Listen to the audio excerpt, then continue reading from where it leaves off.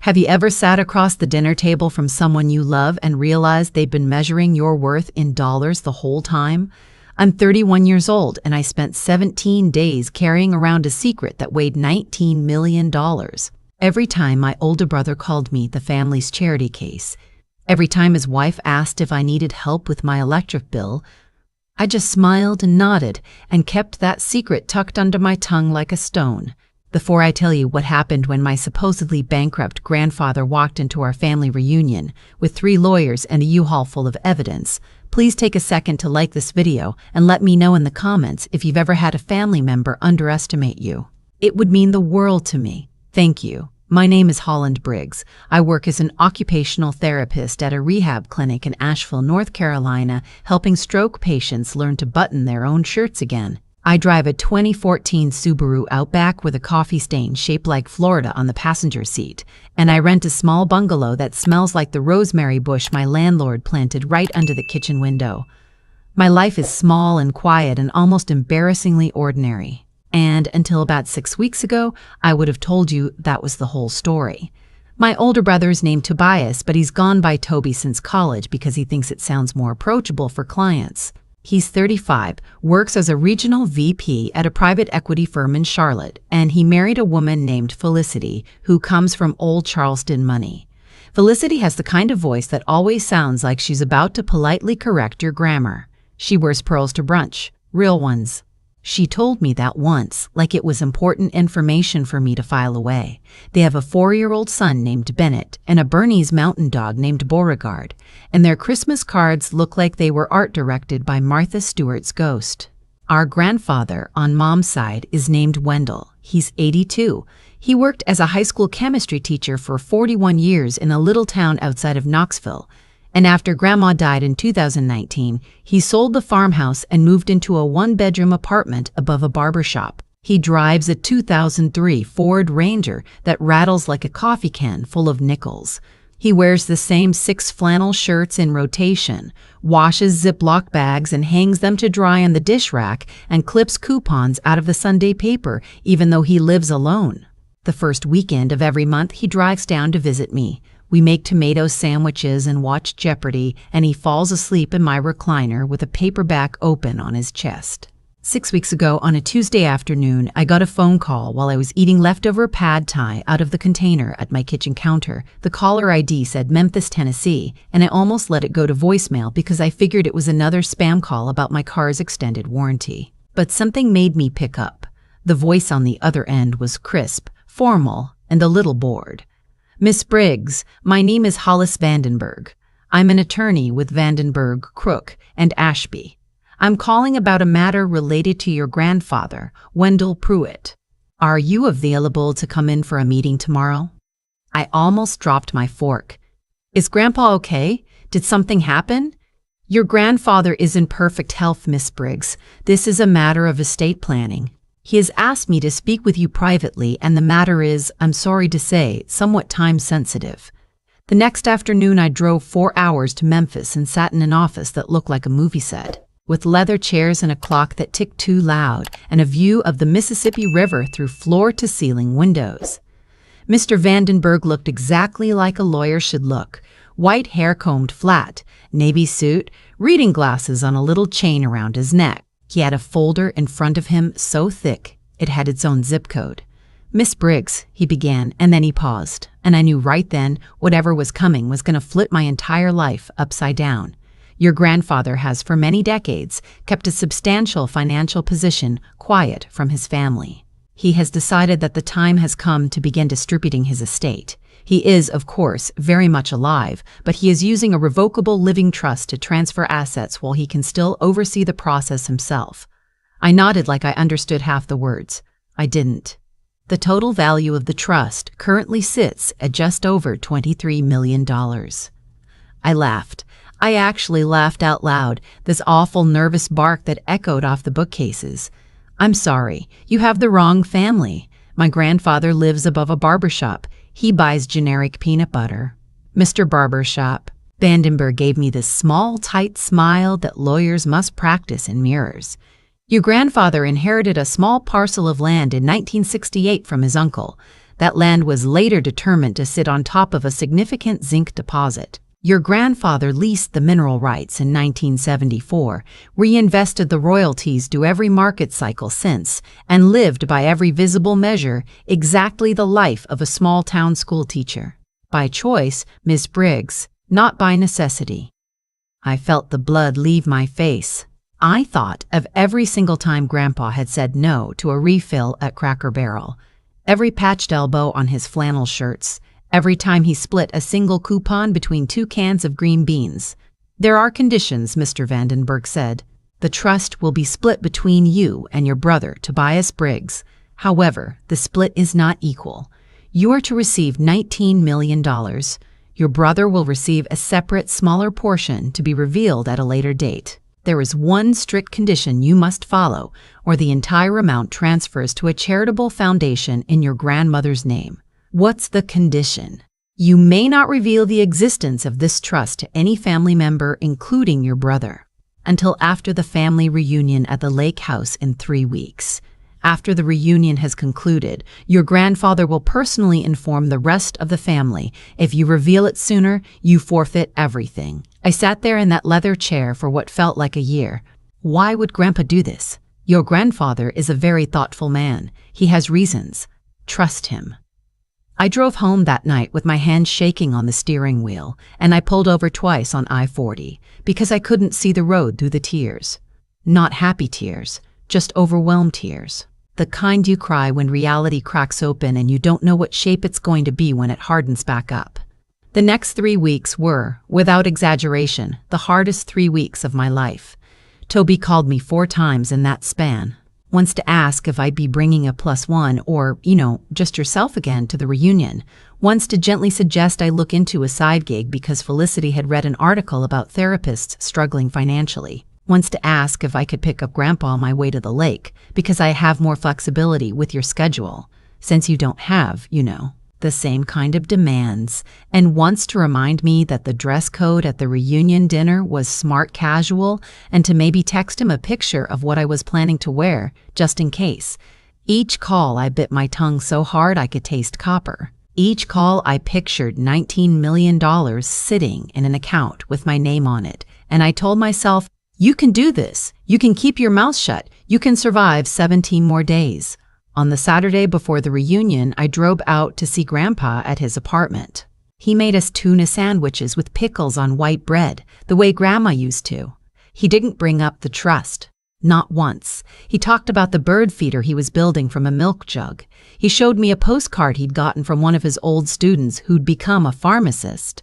He fell asleep in my passenger seat on the way to the hardware store, and I sat in the parking lot for 10 minutes just looking at him. This small, wrinkled man in a faded plaid shirt. And I thought about how much courage it must have taken him to live a quiet life for 50 years while sitting on a fortune. How much love it must have taken to want to know who his grandchildren really were before he handed it over. The reunion was at our family's lake house on Norris Lake, a place that has been in my mom's family since the 1950s. It's nothing fancy. 3 small bedrooms, a screened porch with a swing that always squeaks, a pebbly little beach with 1 canoe that leaks slowly. About 18 of us gathered there over Memorial Day weekend, including a second cousin I'd only ever seen in Christmas photos. Toby and Felicity arrived in a brand new Range Rover Sport with one of those panoramic glass roofs. Felicity got out wearing a white linen jumpsuit and big sunglasses, holding Bennett by the hand like he was a fragile vase. Toby unloaded a cooler full of LaCroix and a bottle of bourbon that I later looked up and turned out to cost $300. Hollywood, Toby said, hugging me. He's called me that since I was 12, when I went through a phase of wanting to be an actress. He says it like an inside joke, but it's really not. You look tired. You sleeping okay? I'm fine, Toby. You sure? You've got those, He gestured vaguely at his own face. Circles. Felicity's got this serum if you want to try some. Felicity smiled at me with her whole face except her eyes. It's medical grade. We can absolutely spare a bottle. I smiled back. Thanks, I'm okay. Grandpa arrived in his rattling Ford Ranger about an hour later. He hugged me first, then Toby, then everyone else. He helped Mom set up the long folding table on the porch. He helped Aunt Marlene snap green beans on the steps. He drank water out of the same chipped blue mug he'd been drinking from for 40 years. That first night, around the bonfire on the beach, Toby got into the bourbon, not falling down drunk, just loose enough that the filter came off. He was holding court with our cousin Edmund and his husband and one of Mom's brothers, and I was sitting on a log just outside the firelight, half listening, half watching the fireflies. "So Grandpa's not gonna last forever, right?" Toby was saying. I love the guy, don't get me wrong. But realistically, the farmhouse he sold a few years ago, that was probably what, 300 grand? Maybe 350? Plus whatever pension a chemistry teacher pulls, I figure when he goes, there's maybe 400K to split, and as the eldest, I'll handle the executor work. Which, by the way, is a nightmare. Felicity's mom went through it with her aunt. Months of paperwork. "What about Holland?" Edmund asked. "Hollywood will get her share." "Of course, but I'll manage it for her. She's not, you know. She's not really built for that kind of stuff.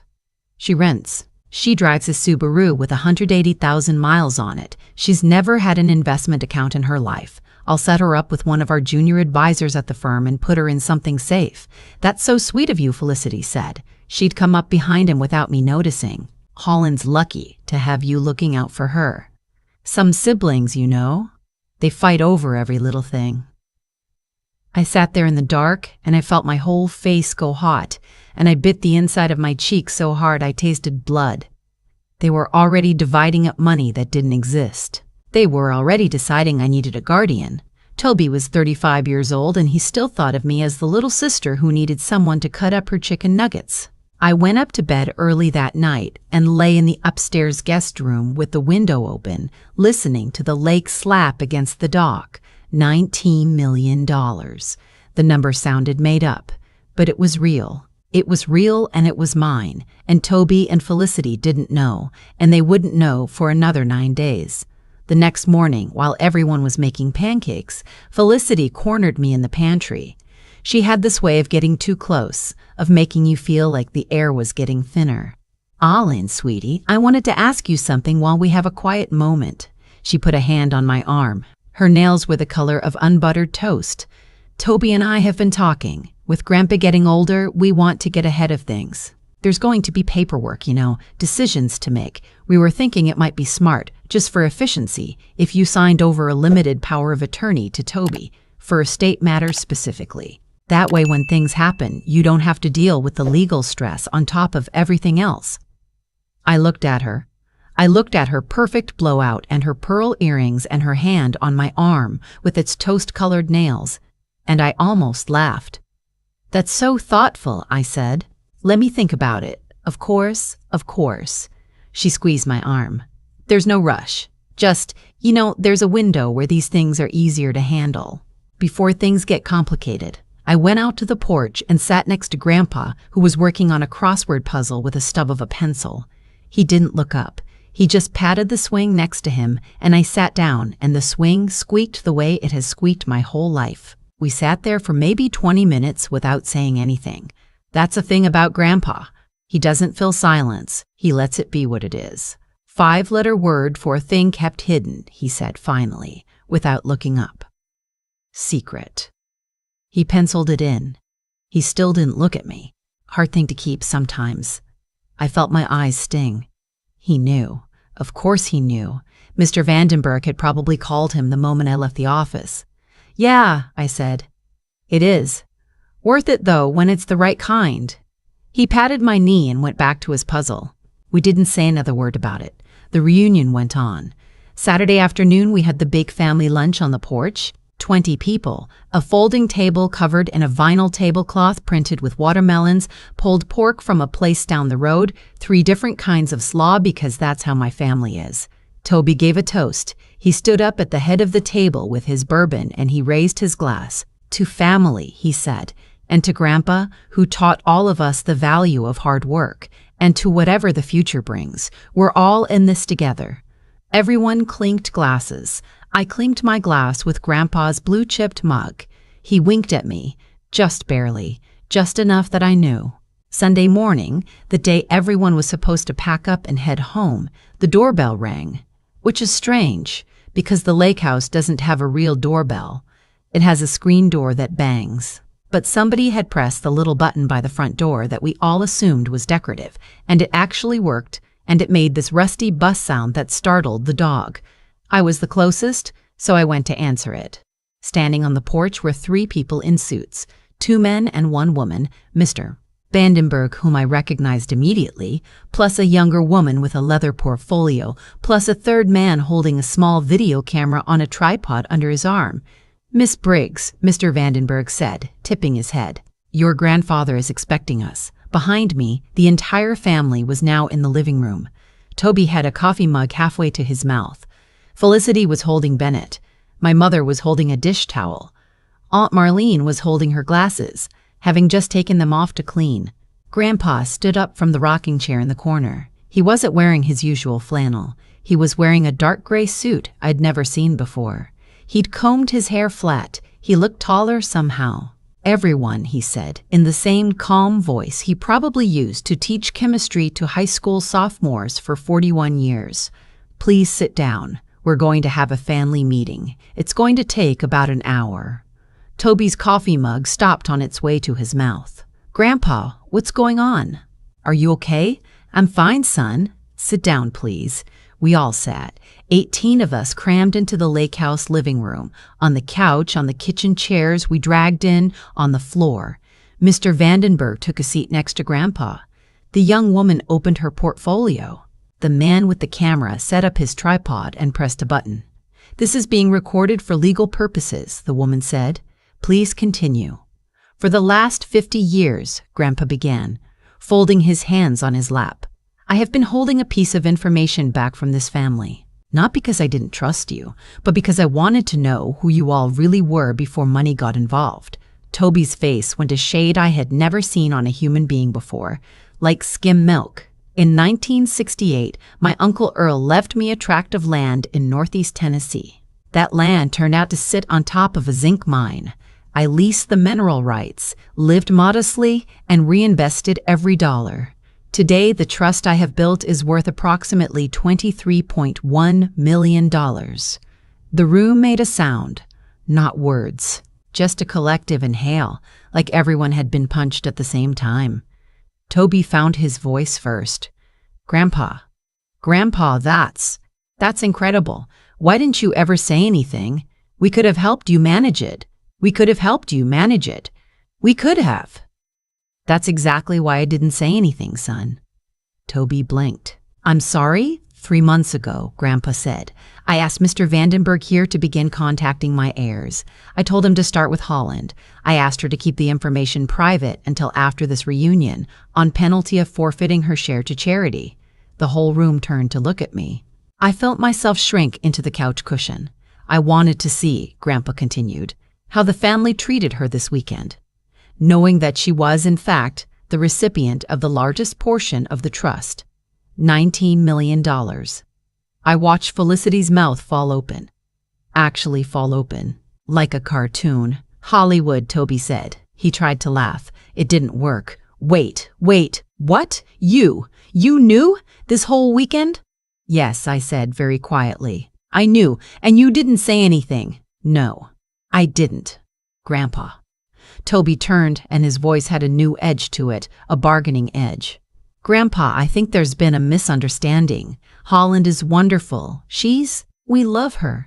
But she rents. She has no investment experience. She doesn't even have a 401k. I don't think she's equipped to manage a sum like that. With all due respect, I think we need to have a conversation about how this is structured." Mr. Vandenberg raised one finger, very politely. "I'm afraid the trust documents are already executed and notarized, Mr. Briggs. The structure is final." "Final?" Toby's voice had gone up half an octave. "Grandpa, please, we need to talk about this. Felicity and I have been planning. We bought the new house assuming. There are obligations. Bennett's school. Grandpa, please." Grandpa looked at him. Not unkindly. Just looking. "You bought a house assuming what, son?" Toby shut his mouth. He had walked himself into a corner, and he knew it. "Mr. Vandenberg," Grandpa said, "would you go ahead and play the recordings, please?" The young woman with the portfolio set up a small Bluetooth speaker on the coffee table. She tapped a tablet. A familiar voice came out of the speaker. "So Grandpa's not going to last forever, right?" It was Toby, from the bonfire, 2 nights before, crystal clear, the blood drained out of his face all over again, this time in slow motion. "How?" he whispered. "How do you have?" "I asked your cousin Maverick to leave his phone in his shirt pocket on voice memo for the duration of the reunion," Grandpa said. "He's a good kid," he agreed. I looked across the room. My cousin Maverick, who is 19 and a sophomore at UT, gave a tiny apologetic shrug.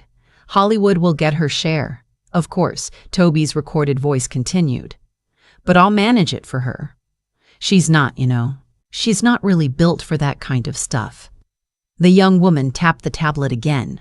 A different recording, Felicity's voice in the pantry yesterday morning. "It might be smart, just for efficiency, if you signed over a limited power of attorney to Toby."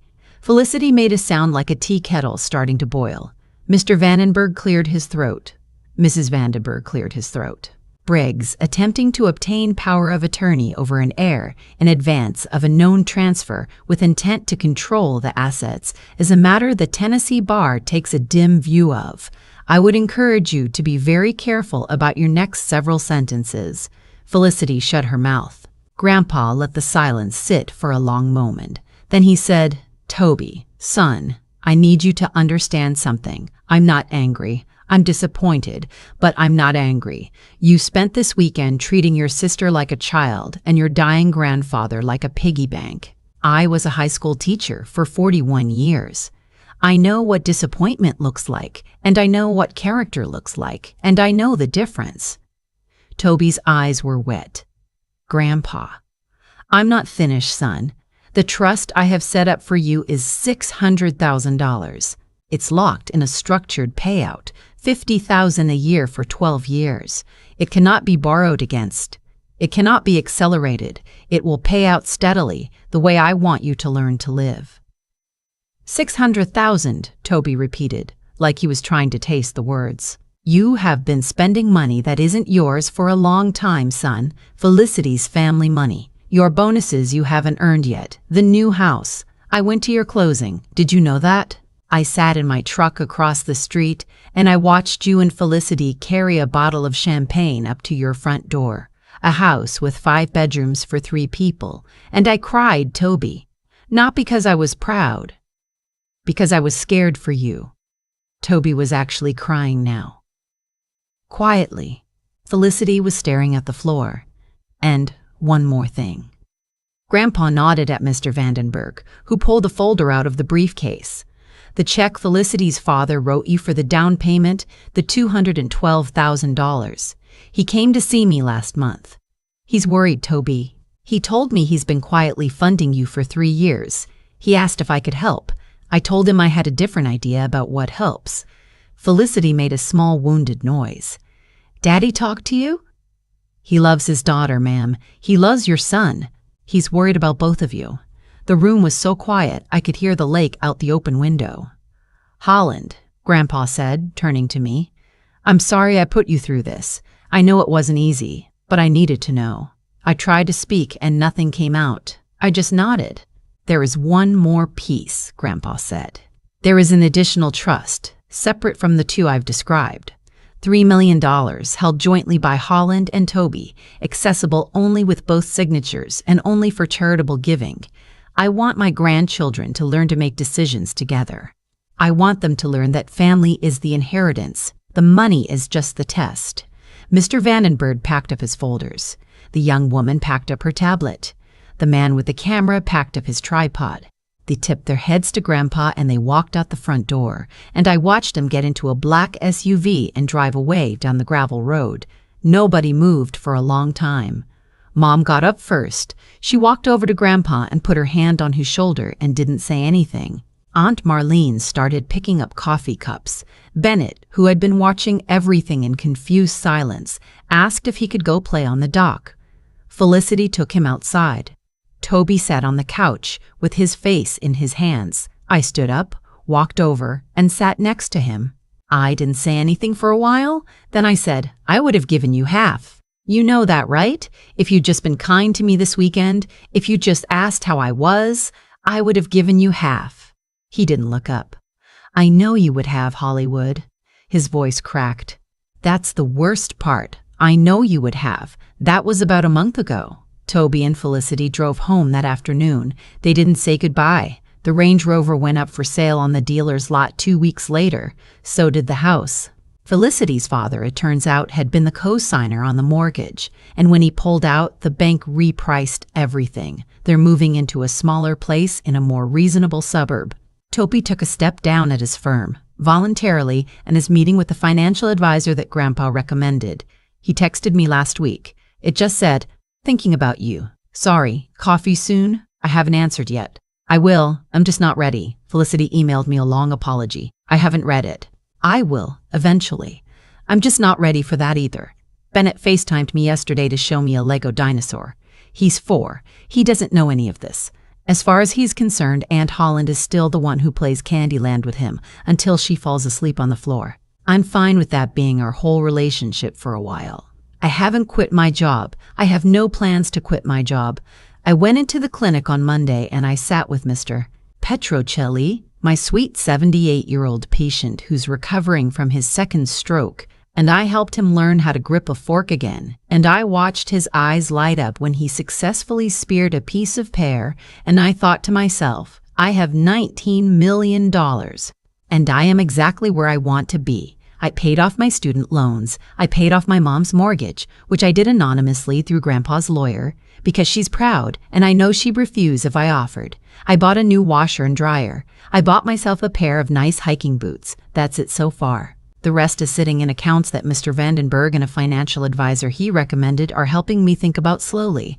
I started a small fund through my clinic for stroke patients who can't afford their co-pays for therapy. I named it after Grandma. It's not a huge thing. About $150,000 to start, but it'll keep growing. Grandpa came down last weekend the way he always does. We made tomato sandwiches. We watched Jeopardy. He fell asleep in the recliner with a paperback open on his chest. When he woke up, he looked at me over his reading glasses and said, "You're not different. I was hoping you wouldn't be." "I had a good teacher," I said. He patted my hand. "I love you, kid. I love you too, Grandpa." I think a lot about what would have happened if I'd cracked. If I'd told Toby that first phone call when he made the comment about my side gig. If I'd flashed the secret like a card to win an argument. I would have lost everything. Not the money.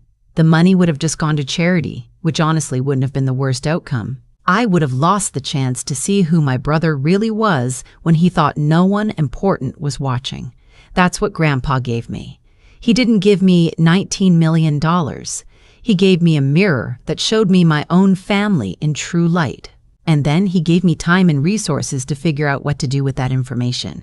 Toby and I will figure something out eventually. There's a $3 million charitable trust we have to manage together, which Grandpa designed specifically because he wanted to force us into a room. He's a sneaky old man. I love him for it. If you're sitting on a secret right now, I want to tell you something. Secrets are heavy. They feel like rocks in your pocket.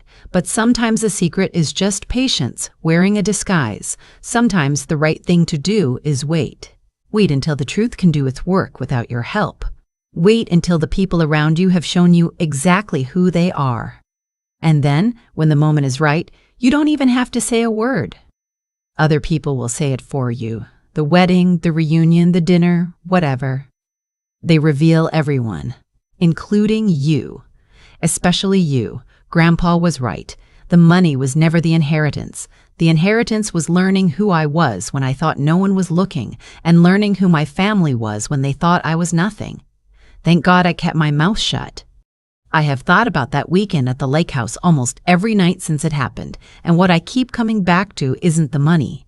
It's the chain of small choices that led each of us exactly where we ended up. My brother didn't lose his house because Grandpa was cruel. He lost it because for years he had been living a life he hadn't actually built. Every bourbon at $300 a bottle, every panoramic roof Range Rover, every comment about my little job. Those weren't just bad manners. Those were tiny down payments on a future that was always going to come due. Grandpa didn't punish him. Grandpa just stopped paying the interest on a lie my brother had been telling himself.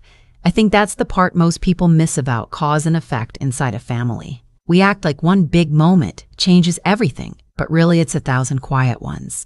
The night Toby talked about me at the bonfire, he wasn't being a villain. He was just saying out loud what he'd let himself believe over a decade of slow drift. And the morning Felicity asked me to sign over power of attorney, she wasn't scheming so much as following the path of least resistance, the path her own family had paved, with money she hadn't earned either. By the time Grandpa pressed that buzzer, the verdict had already been written. He just made it official. What kept me steady through those 17 days wasn't strength. I want to be honest about that. It was something quieter. It was the years of watching Grandpa wash Ziploc bags and clip coupons, the years of him showing me, without ever saying a word about it, that a person's worth doesn't have a dollar sign attached. I kept the secret because I had a teacher who taught me, by example, that integrity is something you practice when nobody is keeping score. That's the only reason I didn't crack. If there's something I want anyone watching this to take with them, it's this. Be the kind of person who behaves the same way whether you're being watched or not. Pay attention to how you treat the people you think can't do anything for you, because someday one of them might turn out to be holding the only seat at the table that matters. And when life hands you a hard secret to carry, don't ask whether you're strong enough. Ask whether you're patient enough. Patience is just strength stretched out over time. I am still an occupational therapist. I still drive the Subaru with the Florida-shaped coffee stain. I still rent the bungalow with the rosemary bush. The money is in accounts I almost never look at, doing quiet work for people I will never meet. And every first weekend of the month, my 82-year-old grandfather drives down to make tomato sandwiches with me. That's the only inheritance I ever really wanted. Everything else was just a test. And I'm grateful I was paying attention long before I knew the test was happening.